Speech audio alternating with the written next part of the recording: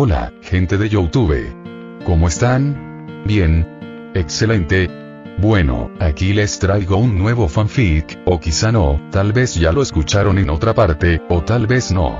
El link del fanfic estará en la descripción, así que vayan y apoyen al creador para que se anime a sacar más capítulos. Bueno, ya los dejo con el fanfic. Así que nos vemos en el próximo video, cuídense mucho y que Dios los bendiga con mucho dinero. Y si no quieren dinero, entonces con muchos bebés. Capítulo 424. La B. De Hermione. Hermione estaba rígida, con las manos aferradas a las sábanas como si fueran su único anclaje a la realidad. Mantenía los ojos cerrados con fuerza, sin atreverse a mirarme. Sabía que estaba desnudo frente a ella y la vergüenza la asfixiaba. En cualquier otra circunstancia, quizás habría podido soportarlo, pero aquí, con los pulmones olvidando cómo respirar, el pudor la vencía. Su expresión, esa mezcla de terror y entrega, me resultaba de una ternura desgarradora. Ver a esta Hermione, tan alejada de su habitual seguridad académica, me provocaba una clase de éxtasis. ¿Sabes bien lo que hay que hacer?, preguntó en un susurro, abriendo los ojos apenas 1 milímetro antes de volver a sellarlos al encontrarse con mi cuerpo. Sonreí ante su ingenuidad y la besé de nuevo. El contacto de nuestros labios parecía ser lo único capaz de sacarla momentáneamente de su parálisis, relajando sus hombros y encendiendo sus mejillas. Solo déjate llevar, le pedí, mientras mis manos comenzaban a explorar su piel. Me detuve a observar la escena. Suspiré. Lo había hecho. Había desflorado a Hermione Granger, el anhelo de mi infancia, había tenido sexo con ella. Pero la realidad distaba mucho de ser tan mágica como uno esperaría. Me dejé caer a su lado y la atraje hacia mi abrazo. Ella soltó un pequeño quejido al ser movida, la entrepierna aún palpitando de dolor. «Huele», murmuró entre lágrimas. «Lo sé, tranquila». «Ya pasará», respondí, acariciándola con una ternura genuina.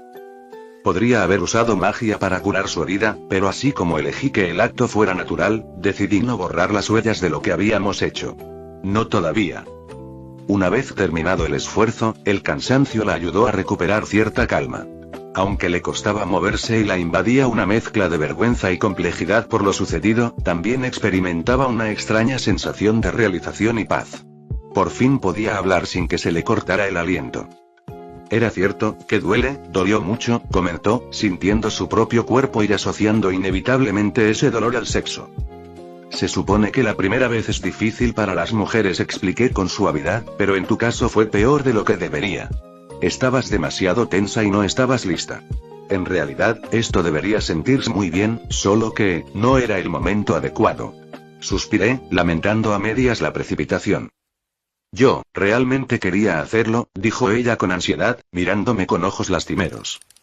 Temía que yo pensara que fue su culpa por apresurarse o que me hubiera disgustado el resultado. En este momento, Hermione era un cristal a punto de romperse, extremadamente susceptible. «Está bien, te creo. Además, siempre dicen que la primera vez es un desastre. Supongo que tienen algo razón a veces», añadí con una pequeña risa, intentando aligerar la pesadez del ambiente. «Te lo prometo, la próxima». Se estremeció ella, el dolor todavía demasiado presente como para imaginar una repetición. La idea de repetirlo la incomodaba profundamente. Su instinto era negarse, verlo como algo innecesario y dañino. Pero luego me miró a mí. Sabía que para los hombres el sexo es algo placentero y no quiso rechazarme directamente. Entendía que una relación se basaba en dar y recibir, y aunque le doliera, no quería decepcionarme. En su mente empezó a formarse esa imagen resignada. El sexo era algo placentero para mí, pero una tarea que ella debía cumplir por afecto. Sentía que podría soportarlo con tal de hacerme feliz, pero en un futuro lejano, cuando realmente estuviera lista. «Esperemos, para hacerlo de nuevo», dijo, tratando de sonar segura, como si no estuviera en desacuerdo. Creía que en unos años podría prepararse psicológicamente y aprender a sobrellevarlo. «Tonta», dije con suavidad, dándole un pequeño toque en la frente. «El sexo no es así, te aseguro que no siempre se siente tan mal. Fue solo una primera vez difícil. La próxima me encargaré de que sea diferente. Ni siquiera necesito buscar mi propio placer si tú no estás lista». Le dediqué una mirada juguetona, intentando disipar esas ideas incorrectas. «Solo tienes que relajarte. Iremos mejorando con el tiempo, confía en mí». Hermione se encogió, incapaz de alejarse demasiado debido a la punzada persistente en su entrepierna, pero mi actitud relajada pareció surtir efecto. Aunque el miedo seguía allí, una parte de ella quería creerme. Quería pensar que el dolor no sería una constante y que algún día podría vivir esto con libertad. No pensaba que al final fuera algo realmente placentero como yo proponía, pero sí algo que podría sobrellevar con facilidad. Al fin y al cabo, ya sabía que yo era un pervertido. Que quisiera repetirlo era una certeza. Está bien, pero, esperemos un poco, ¿sí? Pidió, todavía reacia a revivir la experiencia. De acuerdo, no pensaba lanzarme sobre ti de inmediato. No hay prisa. Ya cruzamos la línea, habrá otras veces, pero por ahora puedo permitirme esperar, respondí con sorna. Ella ocultó el rostro en mi pecho, abrumada por la realidad. Hermione no sabía cómo sería su vida ahora, ya había hecho eso. Su mente empezó a disparar preguntas en ráfagas. ¿Se darían cuenta las demás? ¿Lo notarían sus padres? ¿Cómo se supone que debía caminar o mirar a la gente a partir de ahora? Pero antes de entrar en una espiral de pánico, se percató de su entorno. ¿Dónde estamos?, preguntó finalmente, observando la habitación. En la sala de los menesteres. Te traje aquí en el instante en que fuiste atacada. Nadie sabe dónde estás, así que descansa. Ya les envié un mensaje a las chicas avisando que estás conmigo y que nos cubran las espaldas. Acaricié su cabello, disfrutando de la sensación de su respiración calmada contra mi piel.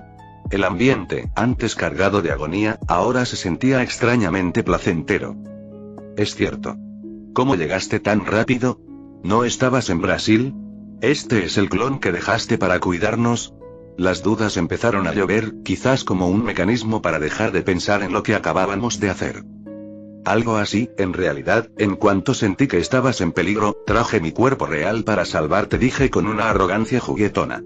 ¿Crees que un simple clon podría haber hecho lo que hicimos, convertirte en toda una mujer? Hermione se puso roja como un tomate y me propinó un golpe débil en el brazo, pero el movimiento reavivó el dolor y terminó sollozando de nuevo, obligándome a consolarla. Entonces, ¿abandonaste Brasil? ¿Qué pasó con Ana? ¿No te meterás en problemas cuando lo descubran?, preguntó, aunque sus ojos brillaban con una mezcla de alivio y satisfacción. Saber que había vuelto desde otro continente solo por ella reafirmaba su decisión de entregarse, a pesar del dolor físico. Estaré bien. Ana también se encuentra bien. De hecho, tendrá mucho que contarles cuando la vean, sonreí. Seguramente Ana estaría aliviada de que las orgías terminaran ahora que yo tenía asuntos que atender aquí. ¿Qué pasó en Brasil?, insistió, con esa curiosidad insaciable que la caracterizaba. Dumbledore mencionó que las cosas estaban complicadas. No preguntes todavía. Ya habrá tiempo para historias cuando sea el momento. Ahora descansa, necesitas recuperarte. Tenemos trabajo que hacer, dije, visualizando en mi inventario la réplica del diario maldito que le compré al mercader, convenientemente embrujada por Ismelda como extra. ¿Qué trabajo?, preguntó ella, alerta. Hay que hacerse cargo del heredero de Slytherin de una vez por todas, respondí con una sonrisa fría antes de besarla. Es cierto. Él es, Hermione intentó incorporarse, recordándolo todo de golpe. Tranquila, la detuve suavemente antes de que se lastimara. Primero recupérate. Luego iremos con las chicas y terminaremos con este juego. Yo tengo un par de cosas que preparar antes, así que tómate tu tiempo. Hermione asintió, aceptando mis órdenes sin rechistar. En realidad, le urgía recuperarse, sobre todo porque no quería que el resto del grupo descubriera lo que había sucedido entre nosotros, asegurarse de que nadie notara nada diferente en ella. ¿Podrías conseguirme una poción para el dolor?, empezó a pedir con timidez. No, negué rápidamente con un brillo de travesura en los ojos. Mejor recupérate de forma natural. Este es un proceso importante para toda niña. Capítulo 425. Yendo a causar problemas al M. Caminé por las calles de Londres oculto bajo el peso de una pesada capucha, aproximándome a la cabina telefónica que servía de entrada al Ministerio de Magia. Lo que estaba a punto de ejecutar era problemático, una maniobra de alto riesgo, pero un paso inevitable para que mis planes siguieran su curso. En otras circunstancias, con todo mi poder, no habría sido difícil. Pero ahora ilimitado, con apenas unos pocos clones operativos todos ocupados en tareas críticas, mi margen de acción era reducido. Incluso el clon que estaba Ana tuvo que ser usado aquí, dejándola sola. Mientras Castelobruxo lidiaba con la desaparición de sus alumnos y Hogwarts se sumía en el caos por el fracaso de los planes de Dumbledore, yo me disponía a traer más problemas. Marqué el código 62442 con dedos firmes. Una voz femenina brotó del receptor solicitando mi nombre y el motivo de mi visita. Red Weasley. Vengo a buscar justicia, respondí. Mi voz sonó seca, carente de cualquier matiz de duda. No hubo réplica humana. Sospechaba que el sistema no era más que un encantamiento pregrabado de respuesta automática. Tras un breve silencio, el aparato dispensó una pequeña placa metálica de identificación. La tomé, y la cabina comenzó su descenso hacia las profundidades del Londres mágico. Al entrar en el atrio, me dirigí directamente a la recepción, siguiendo el protocolo. Tras la ventanilla, una mujer me observaba. A los lados, 2 guardias simple personal de seguridad, no aurores, vigilaban el flujo de visitantes. Ver aquel lugar me provocó un suspiro involuntario. Los recuerdos de mi tiempo trabajando allí junto a Tonks se sintieron, a la vez, como si hubieran ocurrido ayer y hace una vida entera. Me acerqué al mostrador y, antes de que me dieran palabra, deposité mi varita de jarjacha en la bandeja de inspección. Buenos días, dijo la recepcionista, entrecerrando los ojos ante mi figura encapuchada. Buenos días. Proceda, por favor. Tengo prisa, repliqué con una impaciencia cuidadosamente fingida. Mi aspecto era, por diseño, sospechoso. La capa ocultaba mis rasgos, pero mi altura y el tono de mi voz dejaban entrever que tras la tela se escondía alguien joven. La mujer consultó la lista de visitantes donde mi respuesta al teléfono se había materializado por arte de magia. Sus ojos se abrieron de par en par al leer el nombre. ¿Red Weasley? ¿El hijo de Arthur? Preguntó, la sospecha transformándose en pura sorpresa. El mismo, dije, permitiendo que un mechón de cabello pelirrojo asomara bajo el borde de la capucha. No me preocupaba que mi padre se enterara de mi presencia. De hecho, era parte del ruido que quería generar. Había elegido este momento sabiendo que él estaría fuera del edificio, aunque no por mucho tiempo. ¿No deberías estar en clase, muchacho? La vigilancia en su tono disminuyó, reemplazada por una especie de curiosidad protectora. Arthur no era el hombre más poderoso del ministerio, pero su amabilidad le había ganado simpatías en varios departamentos. Debería, respondí con una frialdad cortante. ¿Te has escapado? Insistió, incapaz de contenerse. ¿Ha pasado algo? ¿Es motivo de visita? Miró la lista nuevamente con consternación. ¿Necesitas que localicemos a tu padre? No será necesario. Yo me encargo de mis asuntos, limítese a hacer su trabajo, sentencié. Aunque apreciaba su preocupación, por lo menos parecía una buena persona. La mujer frunció el labio, claramente incómoda con mi actitud. Sentía que algo estaba pasando en secreto, pero la burocracia exigía continuar. Fue entonces cuando surgió el primer obstáculo real. Al posar sus ojos sobre mi varita, una sensación de vértigo absoluto invadió a la recepcionista. Un susurro perverso, como el siseo de una criatura hambrienta, pareció llenar sus oídos, nublando su juicio por un instante. La mujer retrocedió de golpe, tropezando con su propia silla. Su mano voló hacia un botón de pánico oculto bajo el mostrador mientras desenfundaba su varita con dedos temblorosos. «Objeto maldito», gritó, su voz quebrándose por el pánico. Código de contención en recepción. Los guardias, cuya lentitud delataba una preocupante incompetencia, reaccionaron a trompicones. Me rodearon con las varitas en alto, apuntándome con una puntería errática que delataba su nerviosismo. «Suelte la varita y levante las manos», ordenó uno de ellos, su voz subiendo una octava por los nervios. «No tengo la varita en las manos», repliqué, lanzándole una mirada de absoluto desprecio mientras elevaba las palmas apenas unos centímetros en un gesto cargado de sarcasmo. La recepcionista lanzó una mirada de incredulidad a su propio guardia. El hombre parecía estar en su primer día de servicio, a pesar de llevar meses en el puesto. Era la prueba viviente de lo poco acostumbrado que estaba el ministerio a enfrentar amenazas reales en su propia casa. «No es un objeto maldito», le dije a la mujer, manteniendo un tono gélido. «Es simplemente mi varita». «Esa cosa emana una aura maligna que perturba la mente», rebatió ella, empezando a recuperar su confianza. «Es un artefacto oscuro.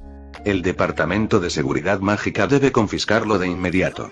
«Supongo que por eso estás aquí, muchacho», afirmó suponiendo que era un niño viniendo a entregar un objeto peligroso a las autoridades. «Se equivoca.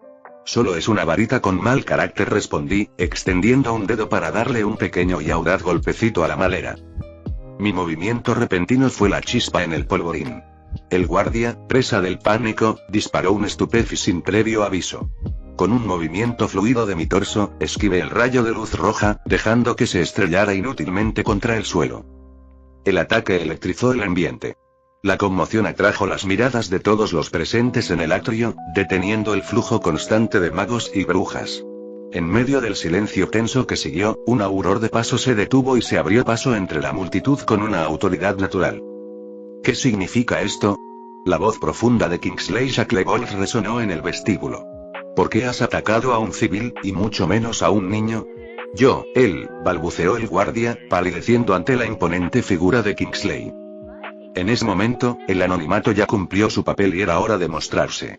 Con un movimiento seco, retiré mi capucha. Mi cabello, de un rojo tan intenso que parecía sangre, quedó al descubierto, haciéndome muy reconocible. ¿El hijo de Arthur?, preguntó Kingsley, con una mezcla de sorpresa y reconocimiento. Sí, es su hijo, Red. Él trajo una. La recepcionista desvió la mirada hacia la bandeja de inspección, pero las palabras se le murieron en la garganta. El susurro fantasmal que le había taladrado los oídos se había esfumado. La varita de Jarhacha yacía ahora sobre el metal como un simple trozo de madera inerte, carente de aquella aura perversa que casi la hace pulsar el botón de pánico. ¿Por qué has atacado a un mago menor de edad?, insistió Kingsley, dirigiendo una mirada severa al guardia al ver que la recepcionista se había quedado sin habla. Él hizo un movimiento brusco, balbuceó el guardia. Sabía que su reacción había sido precipitada y, ante los ojos de un auror de la talla de Shacklebolt, su excusa sonaba patética. Lo atacaste solo porque se movió. La irritación en la voz del mago era palpable. Trajo un objeto maldito. Intervino el otro guardia, intentando salvar a su compañero del escrutinio de Kingsley. ¿Qué objeto maldito?, preguntó Kingsley, endureciendo el gesto. Todas las miradas convergieron en la bandeja. Con una parsimonia deliberada, tomé la varita. Ya no irradiaba malicia porque le había ordenado contenerse. Por supuesto, la Jarhacha me cobraría el favor más tarde, exigiendo actos de una naturaleza mucho más oscura, pero eso era para el futuro. Esta es una varita con núcleo de Jarhacha, adquirida en Brasil, expliqué con una calma que desentonaba con la tensión del atrio. Técnicamente, podría considerarse un objeto maldito bajo ciertos estándares ministeriales, pero solo representa un peligro para quien no sabe portarla. Si tienen curiosidad, busquen en los registros de varitas célebres de América. Les aseguro que es bastante famosa.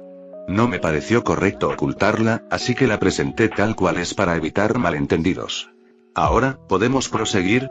Hay una fila entera de personas esperando para entrar. Señalé con la barbilla a la multitud que empezaba a agolparse tras de mí, observando el espectáculo con una mezcla de morbo y fastidio. La recepcionista y los guardias miraron a Kingsley. Aunque no era su departamento, su prestigio como auror era incuestionable, y todos prefirieron delegar la decisión en él antes de que el incidente escalara a oídos de los superiores. Yo me encargaré de realizar las comprobaciones pertinentes, sentenció Kingsley de inmediato. Consideraba a Arthur un amigo cercano y un aliado leal en la Orden del Fénix, y no iba a permitir que su hijo terminara en una celda de detención por la ineptitud de unos guardias de recepción. Sin dudarlo, le entregué la varita. Kingsley realizó una inspección rápida, moviendo el objeto con la destreza de un experto. A pesar de mis órdenes, la esencia de Jarhacha no estaba totalmente suprimida. Kingsley debió sentir ese rastro de malignidad visceral propia de las criaturas más oscuras del Amazonas. Me pidió que repitiera la situación anterior y así lo hice, dejándolo visiblemente impresionado. La oscuridad que emanaba de aquella manera, unida a una vibración de poder crudo y salvaje, era algo que rara vez se veía en los pasillos del Ministerio Británico. Esta varita debería ser remitida de inmediato al Departamento de Artefactos Peligrosos para su estudio, sentenció Kingsley, impulsado por un instinto protector que rozaba la desconfianza profesional. Dudo que eso sea posible, repliqué con una calma.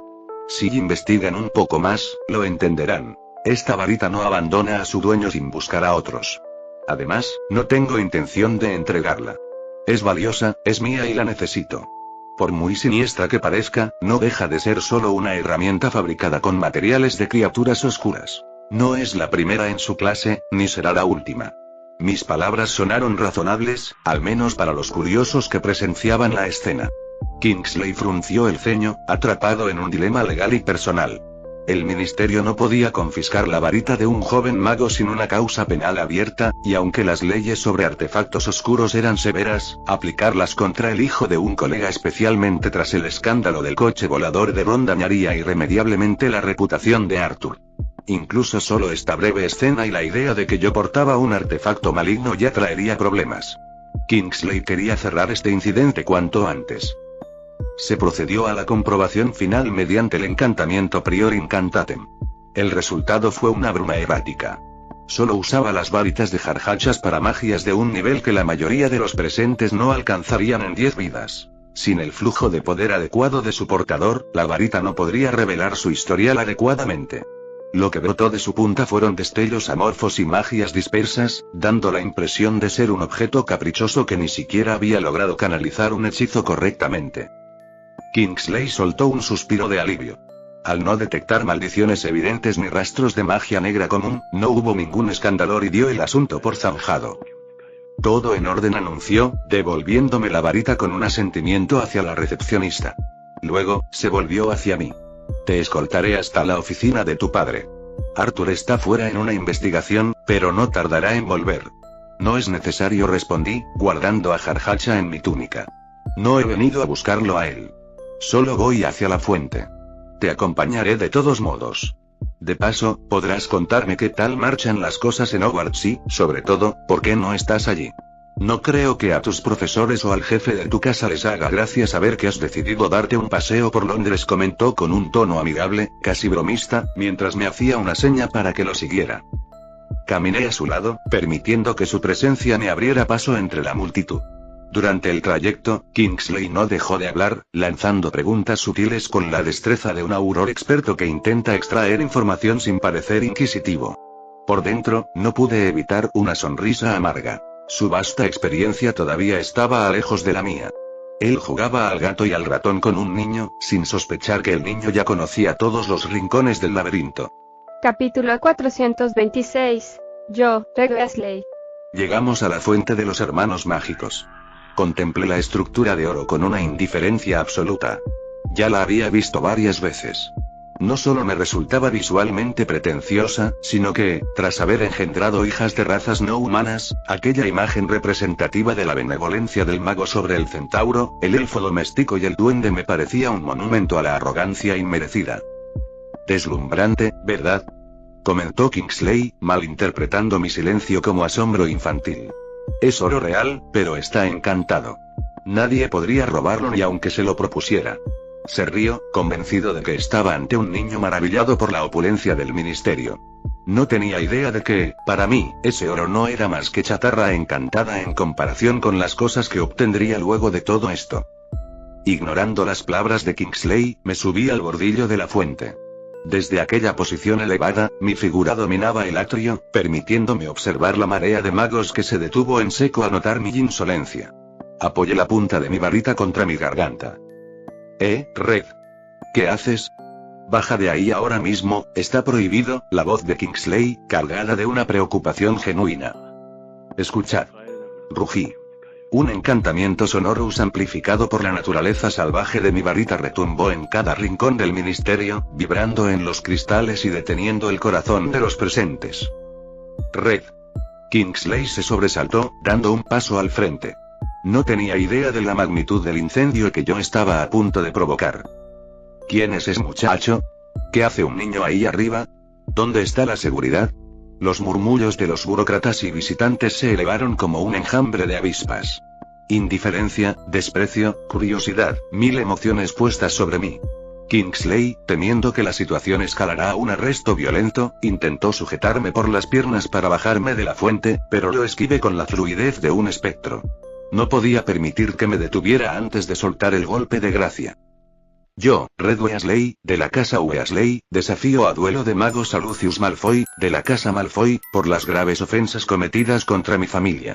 Grité, mientras dejaba caer un pergamino sellado que impactó contra el suelo de mármol con un eco seco. El silencio que siguió fue absoluto. La incredulidad se pintó en los rostros de los altos cargos que observaban desde los balcones superiores. ¿Pero qué demonios estás haciendo?, exclamó Kingsley, en completo estado de shock. El auror de piel oscura, viendo lo grave que estaba sucediendo, desenfundó su varita con una velocidad asombrosa para inmovilizarme. Pero yo fui más rápido. Antes de que pudiera pronunciar una sílaba, un destello rojo brotó de mi varita. Fue un Expelliarmus tan veloz que interceptó su varita en el aire, enviándola a volar varios metros lejos de su dueño. Fue un movimiento de una perfección aterradora. Los pocos expertos en duelos que presenciaban la escena se quedaron mudos. Lo que acababa de hacer aquel niño era el gesto técnico de un experto con mucha experiencia. Que quede constancia de mi desafío. Continué, proyectando una dignidad y una autoridad impropias de mi edad. Que nadie ose decir que un Weasley carece de la nobleza para defender su sangre. Desafío a la cabeza de la familia Malfoy. Volveré en 2 días para acordar los términos, o moriré en el intento. Corred la voz. Que mi enemigo conserve algo de honor y dé la cara. Kingsley ya se lanzaba sobre mí y varios miembros de la seguridad mágica corrían desde los ascensores. Era el momento de la salida. Dejé caer una semilla de mi bolsillo y, con un susurro apenas audible, las raíces y arbustos brotaron del mármol en un estallido de naturaleza violenta. Una explosión de hojas secas envolvió la fuente, creando una cortina de humo orgánica que cegó a los perseguidores. Cuando el aire se despejó, no quedaba ni rastro de mí. Para ellos, fue una huida impresionante. Para mí, simplemente fue el momento de disolver el clon, dejando al ministerio sumido en un caos que tardarían días en procesar. El atrio estalló en un clamor ensordecedor. Los murmullos se transformaron en gritos de indignación y asombro que rebotaban en las paredes de azulejos negros. La conmoción fue tal que el mismísimo Cornelius Fudge emergió de los ascensores dorados, con su bombín en la mano y una expresión de furia mal contenida, seguido por una comitiva de secretarios y jefes de departamento que intentaban asimilar el caos. ¿Se puede saber qué demonios está ocurriendo aquí?, rugió Fudge, su voz temblando entre la autoridad y la frustración. Kingsley Shacklebolt permanecía inmóvil, todavía asimilando el vacío que había dejado Red tras su vida. La desesperación empezó a corroerlo. No podía creer que el hijo de Arthur hubiera orquestado una escena de tal magnitud. Esto era un desastre absoluto para su padre, quien ya caminaba sobre la cuerda floja tras el incidente del coche volador. Kingsley sabía que debía contactar con Arthur de inmediato antes de que la narrativa se le escapara de las manos, pero el daño ya estaba hecho. Un rencor entre los Weasley y los Malfoy era moneda corriente, pero un desafío formal, gritado a los 4 vientos en el corazón del gobierno, eso era una declaración de guerra. El silencio volvió a caer sobre el atrio, pero esta vez fue un silencio pesado. Un oficial del ministerio recogió el pergamino que Red había dejado caer y, tras leer las primeras líneas, palideció. El documento pasó de mano en mano hasta llegar a las autoridades. Kingsley, me dicen que has traído a un muchacho que estaba profiriendo insultos contra la familia Malfoy, cuestionó Fudge, acercándose al auror con los ojos entrecerrados. Explícate. Señor ministro, Kingsley buscó las palabras adecuadas, intentando minimizar el acto para proteger a la familia Weasley, pero su mente entrenada de auror no encontraba una salida elegante a semejante despliegue de rebeldía. Ministro, esto es mucho más que un berrinche, intervino uno de los jefes de departamento, extendiendo el pergamino con manos temblorosas. Es un desafío formal de duelo a la casa Malfoy. Y el firmante es uno de los hijos menores de Arthur Weasley, Red Weasley. ¿Un desafío? Fudge parpadeó, incrédulo. Luego, su rostro pasó del desconcierto a un rojo violáceo. ¿Quién se cree que es mocoso? Esto es el Ministerio de Magia, no un patio de recreo para que los niños vengan a patalear. ¿Acaso Arthur Weasley no tiene el más mínimo control sobre su prole? Primero, uno de sus hijos pone en riesgo el Estatuto Internacional del Secreto con un coche encantado, y ahora este delincuente juvenil causa un motín e insulta a un ciudadano tan distinguido y generoso como Lucius Malfoy. Fudge escupió las palabras con un veneno mal disimulado. Vio en este incidente la oportunidad perfecta para reafirmar su autoridad y quedar bien con sus benefactores. ¿Qué clase de padre permite semejante salvajismo?, continuó el ministro, alzando la voz para que todos los presentes lo escucharan. Creo que va siendo hora de realizar una investigación exhaustiva sobre Arthur. Quizás alguien que cría a tales insurrectos no sea apto para trabajar en una institución tan respetable como esta. no perdió la oportunidad de disparar hacia su otro gran objetivo, Hogwarts. ¿Y qué está haciendo Dumbledore mientras tanto? Soltó Fudge con una sonrisa ácida. Sus estudiantes escapan del colegio para causar revueltas políticas y él ni siquiera se entera. ¿O es que esto ha sido instigado por él para entorpecer el trabajo de los nobles y humildes servidores de este ministerio que se esfuerzan día tras día por la estabilidad del mundo mágico? Pues no lo permitiré. Este es el centro de nuestra comunidad, y ningún niño vendrá con sus delirios de grandeza a insultar nuestra integridad. Ministro, lo interrumpió el secretario, cuya voz, aunque baja, portaba una seriedad que cortó el aire. Le tendió el pergamino con manos que no ocultaban un ligero temblor. Esto no es un berrinche infantil. Fudge le lanzó una mirada cargada de reproche. Odiaba ser interrumpido, especialmente cuando sentía que tenía a la multitud en la palma de su mano, bebiendo de su retórica. Estuvo a punto de estallar contra el subordinado para no empañar la imagen de líder firme que acababa de proyectar, pero la expresión de pánico contenido en el rostro del secretario lo detuvo. Sin perder un segundo, y para evitar que el rencor del ministro se sellara sobre él, el secretario desplegó el pergamino frente a sus ojos. Fudge abrió la boca, listo para retomar su discurso y descartar cualquier tecnicismo. No le importaba la naturaleza del papel, solo su utilidad política para hundir a Arthur. Sin embargo, a medida que sus ojos recorrían la caligrafía prolija, los sellos de cera roja y las marcas rúnicas que orlaban los márgenes, sus movimientos se volvieron lentos, casi mecánicos. El color empezó a drenar de su rostro. Otros funcionarios que rodeaban al ministro estiraron el cuello para leer, y las expresiones de asombro se propagaron como un incendio forestal. Finalmente, alguien no pudo contener el grito. Es una declaración de duelo formal entre casas. Lleva el sello heráldico de la casa Weasley. Está redactado según el protocolo antiguo de desafíos de sangre. Las exclamaciones golpearon a la multitud como ráfagas de viento. La incredulidad dio paso a un murmullo eléctrico. Kingsley Shacklebolt, olvidando por completo el protocolo y su posición subordinada, dio un paso al frente y le arrebató el pergamino de las manos al ministro para leerlo por sí mismo. Kingsley.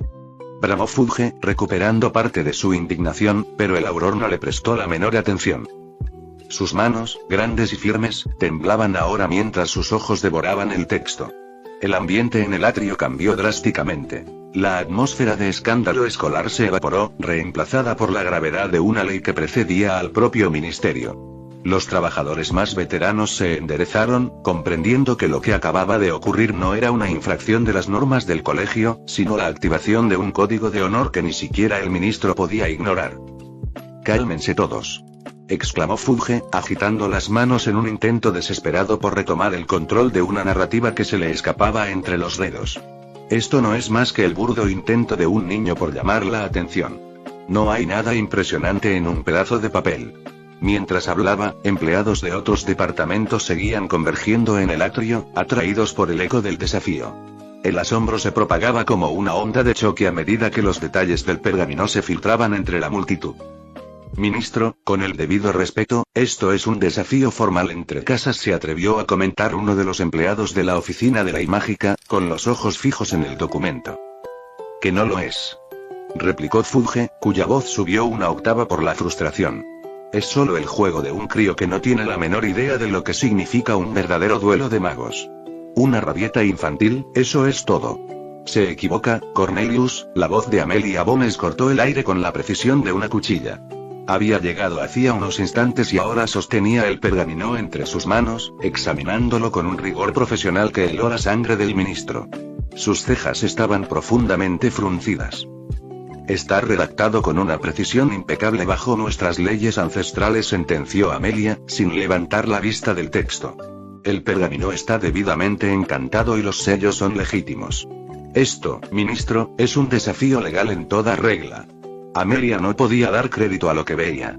Le resultaba más sencillo creer que el chico había actuado solo como un mensajero de su familia, pero la idea de que los Weasley, siempre tan alejados de las pretensiones aristocráticas, recurrieran a un rito tan arcaico la desconcertaba. Los duelos entre familias eran reliquias de una época oscura que muchos daban por olvidada. La propia Amelia había intentado reformar esas leyes en el pasado, viéndolas como vestigios peligrosos, pero la presión de las familias de sangre pura por conservar sus características de nobleza las había mantenido vigentes. Ahora, ese mismo sistema arcaico se volvía un problema ineludible en pleno corazón del ministerio. Capítulo 427. Problemas en el atrio. La familia Weasley se enfrenta en duelo contra los Malfoy. Exclamó alguien en la multitud. No es toda la familia. Es solo uno de los hijos, y de los menores. Por Merlín, ¿lo van a matar? No digas tonterías. Los duelos a muerte son extremadamente raros y requieren una causa de peso, pero aún así, las consecuencias de un desafío de sangre son impredecibles. Ya era hora. Intervino un mago anciano de larga barba plateada, cuyos ojos brillaban con una emoción nostálgica. Una verdadera y noble batalla entre magos, como en los viejos tiempos. Justicia a la antigua usanza. El clamor en el atrio era ensordecedor, pero cuando Fudge intentó recuperar el aliento para desacreditar el desafío, sus palabras se ahogaron en el rugido de una comunidad que, por un instante, había recordado las viejas leyes. Aunque el caos físico se apaciguó, la atmósfera permanecía densa. Fue en ese preciso instante cuando Arthur Weasley, que regresaba de una investigación de campo con su túnica algo desgastada y el maletín en mano, cruzó los arcos de entrada para encontrarse con semejante escena de crisis. ¿Qué es lo que ocurre aquí?, le preguntó Arthur a un empleado que estaba cerca de la periferia de la multitud. El hombre se volteó, listo para repetir el chisme por centésima vez, pero al reconocer el rostro de Arthur, se quedó petrificado. Sus ojos se abrieron desmesuradamente y las palabras se le atascaron en la garganta. «Hola. ¿Te encuentras bien?», insistió Arthur, ladeando la cabeza con esa amabilidad confusa que lo caracterizaba. El efecto se propagó como una onda. Las personas a su alrededor se giraron una a una. Las expresiones de asombro y nerviosismo caían sobre él como una losa. El silencio se hizo paso de forma violenta, seguido de un murmullo siseante que recorrió el atrio. Es el padre. Arthur sintió una punzada de ansiedad en el pecho. Conocía esa mirada, era la mirada que recibía cuando algo en su departamento salía terriblemente mal. Arthur Weasley. Rugió Fudge al divisarlo, señalándolo con un dedo acusador como si Arthur fuera el autor intelectual del incendio. ¿Tienes idea de lo que ha hecho tu hijo? Señor ministro, Arthur se encogió instintivamente, sintiendo el peso de cientos de miradas. Su mente, acostumbrada a los problemas domésticos, voló de inmediato a su mayor pecado. Si esto es por el incidente del coche volador, lo destruiré. Mandaré los restos al ministerio mañana mismo si es necesario, dijo con un rastro de dolor en la voz. Aquel auto era su tesoro, pero el sustento de su familia dependía de ese empleo. ¿Crees que nos importa tu estúpido juguete mugle?, gritó Fudge, avanzando hacia él con ímpetu. La investigación sobre esa chatarra sigue en curso, pero tus hijos no dejan de pisotear la dignidad de esta institución. ¿Es que no sabes educarlos? Deberías tener a ese demonio bajo llave. Arthur palideció, pero su instinto paternal se activó de inmediato. Si lo atacaban a él, agachaba la cabeza. Si atacaban a sus hijos, se ponía firme. Ministro, Ron puede ser algo impulsivo, lo sé, pero es un buen chico y es solo empezó a defenderlo, tratando de entender qué nueva locura habría cometido su hijo menor en Hogwarts. A nadie le importa, tu otro hijo causa problemas. Escupió uno de los secretarios de Fudge, con desprecio. ¿No están hablando de Ron?, murmuró Arthur para sí mismo, parpadeando confundido. El miedo dio paso a una resignación cansada. Entonces, ¿fueron Fred y George?, preguntó tenso. En su mente, sus hijos gemelos eran los únicos capaces de generar una conmoción de tal magnitud en el ministerio. Arthur se preparó para recibir la noticia de una explosión, una broma pesada o un asalto a la oficina de algún alto cargo. No estaba preparado para la verdad que estaba a punto de golpearlo. ¿De verdad no lo sabes? ¿Es que no tienes autoridad alguna sobre tus hijos? Quizás toda tu familia debería ser enviada a Azkaban para aprender algo de disciplina. Rugió el ministro, forzando la voz para retratar a Arthur como un padre negligente ante la multitud. Hablamos de tu otro hijo, el de ese cabello rojo sangre. Hablamos de Red Weasley. Red. Arthur parpadeó, su rostro transformándose en una máscara de confusión absoluta. Por un segundo, un rayo de alivio cruzó sus ojos. Estaba convencido de que todo era un error. Creo que se está equivocando, señor ministro, en absoluto. Todos lo presenciaron. Tu hijo vino aquí, montó un espectáculo grotesco en la fuente y lanzó un desafío a, ni más ni menos, Lucius Malfoy, uno de los magos más distinguidos y respetados de nuestra comunidad. Fudge enfatizó cada palabra con el dedo índice, tratando de inyectar gravedad a lo que él consideraba una ofensa imperdonable. ¿Qué hizo qué? Arthur soltó un suspiro, pero esta vez se irguió, recuperando la calma por completo. Señor ministro, insisto en que hay un error monumental. No pudo haber sido mi hijo Red. Él no se encuentra en Gran Bretaña, ni siquiera está en Europa. Actualmente participa en un programa de intercambio educativo en Castelo Bruxo, en el corazón de Brasil. Lo dijo con tal respeto y seguridad que la multitud vaciló. Arthur no intentaba ser desafiante. Simplemente estaba exponiendo un hecho geográfico indiscutible para proteger la dignidad del ministro, aunque eso fuera lo último que Fudge merecía. Todos lo vimos. Nadie más tiene ese aspecto tan distintivo. Repitió Fudge, negándose a aceptar la realidad. No le convenía que el culpable fuera un impostor, por lo menos no después de sus palabras anteriores. Necesitaba que fuera un Weasley. Entonces alguien ha usurpado su identidad, respondió Arthur, ahora con una expresión seria. Yo mismo fui a despedirlo. Puede consultarlo con el profesor Dumbledore o con la oficina de trasladores. Allí consta el registro del viaje que él y sus compañeros realizaron junto al profesor Cleburne. Incluso pueden enviar un mensaje oficial a Castelo Bruxo si lo desean. Un silencio sepulcral cayó sobre el atrio. Las miradas se desviaron hacia los empleados del Departamento de Transportes Mágicos, quienes empezaron a intercambiar murmullos nerviosos. Creo recordar un permiso especial para Sudamérica, se oyó decir a uno de los técnicos de trasladores. La tensión de Fudge y Arthur eran cada vez mayores. Uno temía que alguien estaba ensuciando el nombre de su hijo. El otro veía cómo su gran maniobra política se desmoronaba, dejándolo como un tirano que acababa de amenazar a un empleado inocente basado en un error de identidad. Puede que sea realmente, le exclamó de pronto la recepcionista desde un costado, rompiendo el silencio. Cuando llegó, confesó que la varita que portaba la había conseguido en Brasil. Todas las cabezas se giraron hacia ella. Kingsley, que se aproximaba para intentar detenerla y contener los daños, cerró los ojos con resignación. La oportunidad de enterrar el asunto discretamente se había esfumado. ¿A qué esperan?, gritó Fudge, aferrándose a esa nueva pista como a un clavo ardiendo. Vayan ahora mismo y verifiquen si ese muchacho ha regresado a Inglaterra de forma ilegal. Quiero registros, quiero pruebas. Ahora. No puede ser él, insistió Arthur, aunque su voz empezaba a perder la firmeza de antes. No interfería con la investigación, pero su mente se negaba a procesar que su hijo hubiera cruzado el océano solo para causar revuelo en el ministerio. Red no haría algo así, es un viaje transatlántico, es imposible. Si eso no, tu hijo se descubrirá pronto, pero de todas formas, explícanos esto. Rugió el ministro, estampando el pergamino del desafío contra el pecho de Arthur. ¿Crees que esto es obra de un extraño? Incluso lleva el sello de la familia Weasley. Arthur tomó el documento con manos torpes. Sus ojos recorrieron las líneas prolijas y, con cada palabra, un temblor gélido comenzó a apoderarse de sus hombros. Como descendiente de una de las sagradas 28, no era un extraño a los protocolos de sangre. Comprendía perfectamente la veracidad técnica y la complejidad legal de lo que tenía enfrente. Era un tratado de desafío formal, impecable, que usaba los nombres de las casas Malfoy y Weasley con una audacia suicida. Lo peor, lo que hizo que el color drenara por completo de su rostro hasta dejarlo del blanco de la ceniza, fue la letra. Podía reconocer los trazos y, sobre todo, la firma. Fuese o no el Red que él conocía, esa era la mano de su hijo. Esto tiene que ser falso, exclamó Arthur, aferrándose a la última brizna de esperanza.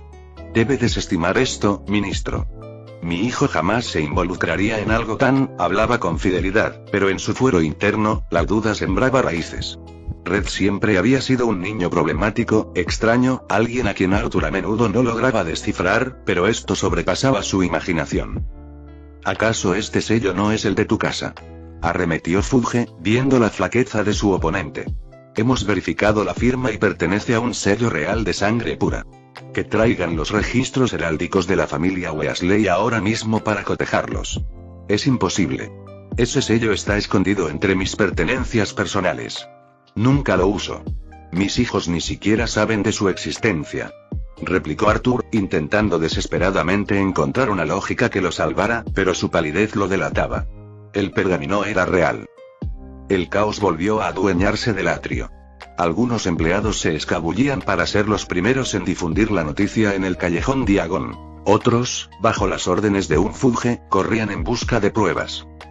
Kingsley Shacklebolt se acercó a Arthur y le puso una mano firme en el hombro, tratando de transmitirle un apoyo que él mismo no sentía del todo. Tranquilo, Arthur. Puede que sea un malentendido, le dijo en voz baja. Yo estuve con él. Se veía extraño. Estaba demasiado serio, demasiado confiado, quizás algo oscuro. Poseía un objeto mágico maldito que erizaba la piel. Debí ser más consciente. Debí detenerlo en cuanto sentí que algo no encajaba. Estoy seguro de que se trata de alguien usando una poción multijugos. ¿De verdad lo crees, Kingsley? Arthur se aferró al brazo del mago negro como un náufrago a una tabla. ¿Lo dices en serio? Preguntó con una voz quebrada, pero no había alivio en su mirada. Si no era Red, significaba que alguien lo suficientemente poderoso como para engañar a un auror y robar un sello heráldico familiar estaba suplantando a su hijo con quién sabe qué razón o motivo.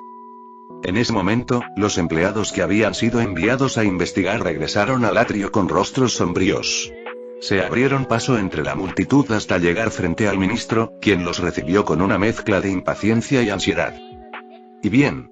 ¿Averiguaron algo?, preguntó Fudge, forzando una confianza que se desmoronaba en su interior.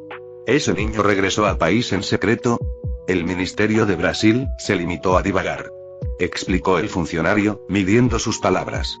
Contactamos con Castelo Bruxo y exigimos hablar directamente con él, pero nos informaron que no estaba disponible. Al presionar con una orden de prioridad, finalmente confesaron la verdad.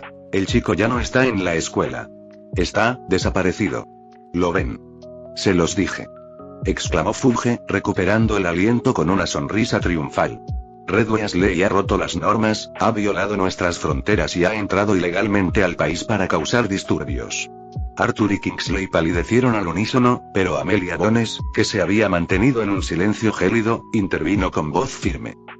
Él es nativo de Gran Bretaña, Cornelius. Su regreso no puede ser ilegal por definición, sentenció Amelia. Recordaba al chico y no lograba encajar su imagen con la de un criminal internacional. No pudo evitar arrojarle un salvavidas legal. Aún así. Un niño que Fudge no pudo terminar la frase. Señor ministro, el asunto es mucho más grave, interrumpió el informante. No solo desapareció Red Weasley.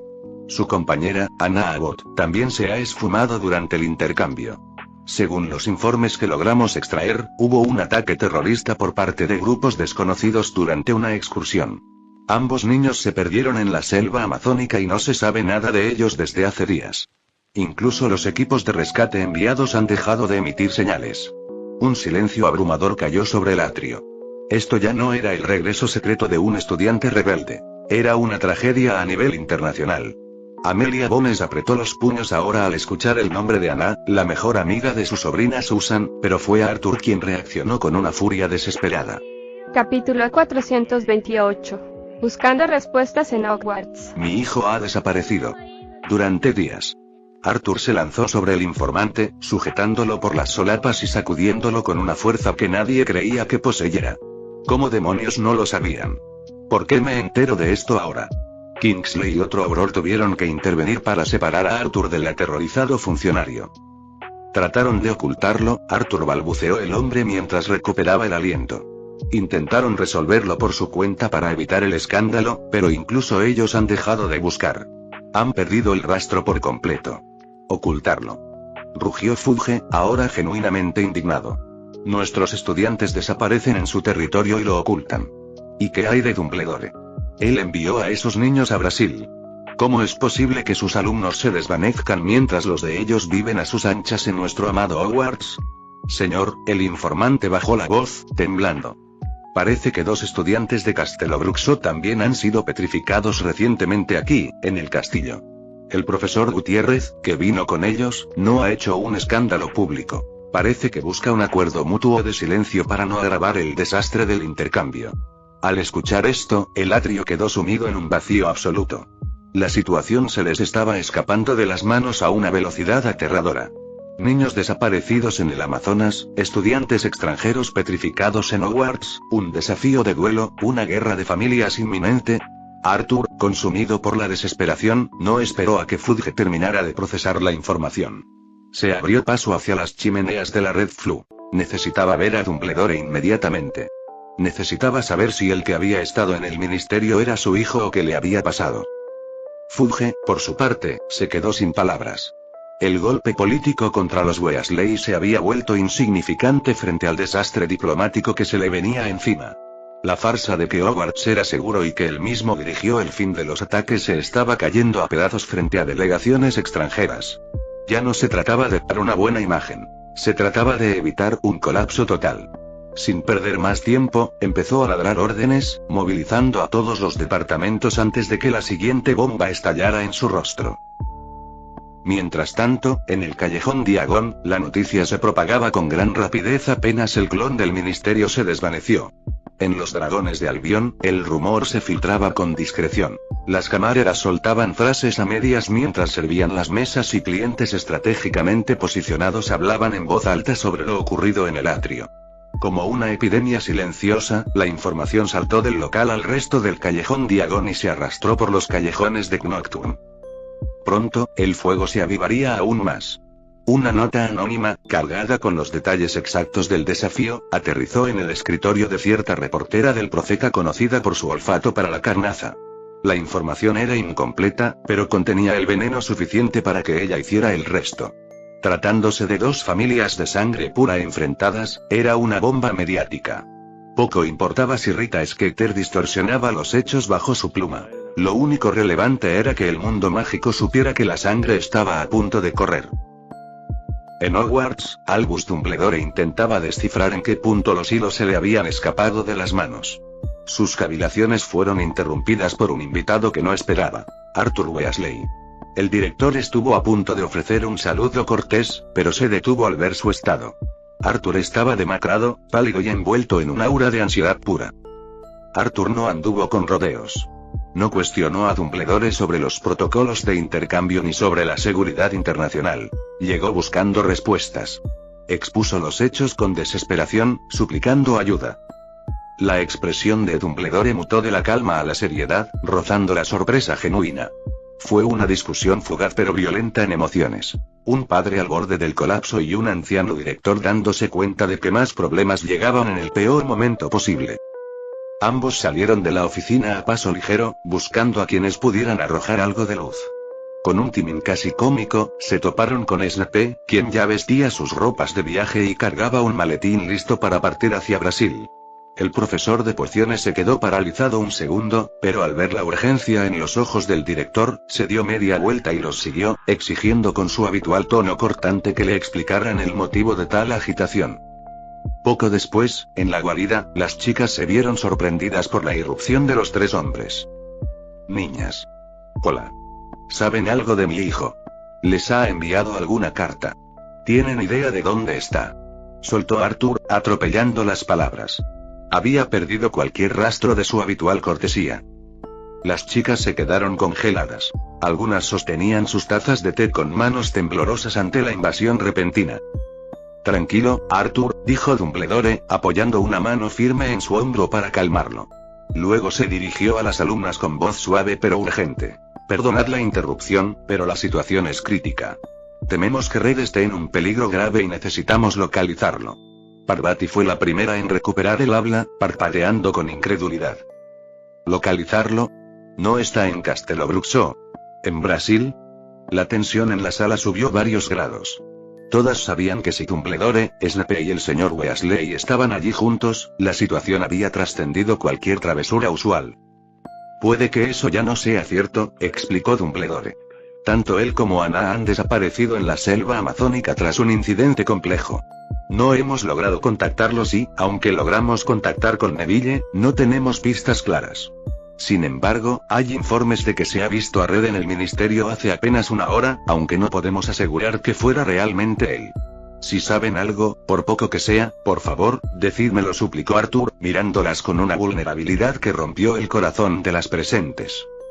Las chicas intercambiaron miradas cargadas de indecisión. Ellas sabían más de lo que admitían, pero el peso del secreto de Red las frenaba. Sin embargo, al ver el rostro desencajado de Arthur, la balanza comenzó a inclinarse. Red les había dado libertad para decidir en situaciones críticas, y esta, sin duda, lo era. Nosotras, sabemos algo, confesó Padma, encogiéndose de hombros como si esperara un castigo inminente. Tranquilas, niñas. No están en problemas, intervino Dumbledore, quien ya sabía que le había ocultado algo la vez anterior, con su habitual tono sereno. Sus ojos ahora brillaban con la intensidad de quien finalmente encuentra una pista. Solo necesitamos ayudarlos. Tuvimos contacto con Ana hace poco, soltó Tracey de golpe. Parecía estar bien. Dijo que estaba viviendo una aventura y que nos contaría todo al regresar. Mencionó que ella y Red se estaban quedando en un poblado nativo, en lo profundo de la selva, añadió Susan con timidez desde atrás. Dijo que nos traerían algunos recuerdos. Pero también dijo que Red se había marchado, añadió Daphne con una nota de preocupación.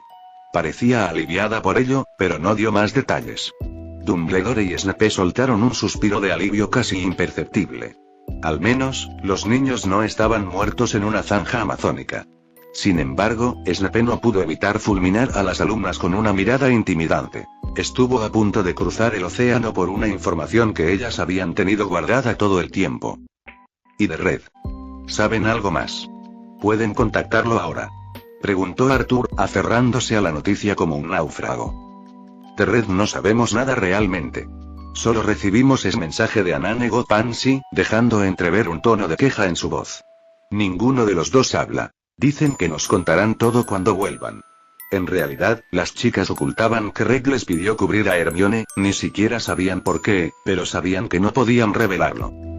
¿Pueden enviarle un mensaje a Red?, preguntó Dumbledore, observándolas con agudeza. Me imagino que tienen un método especial de comunicación. ¿Pueden hacerlo ahora? Sí. No.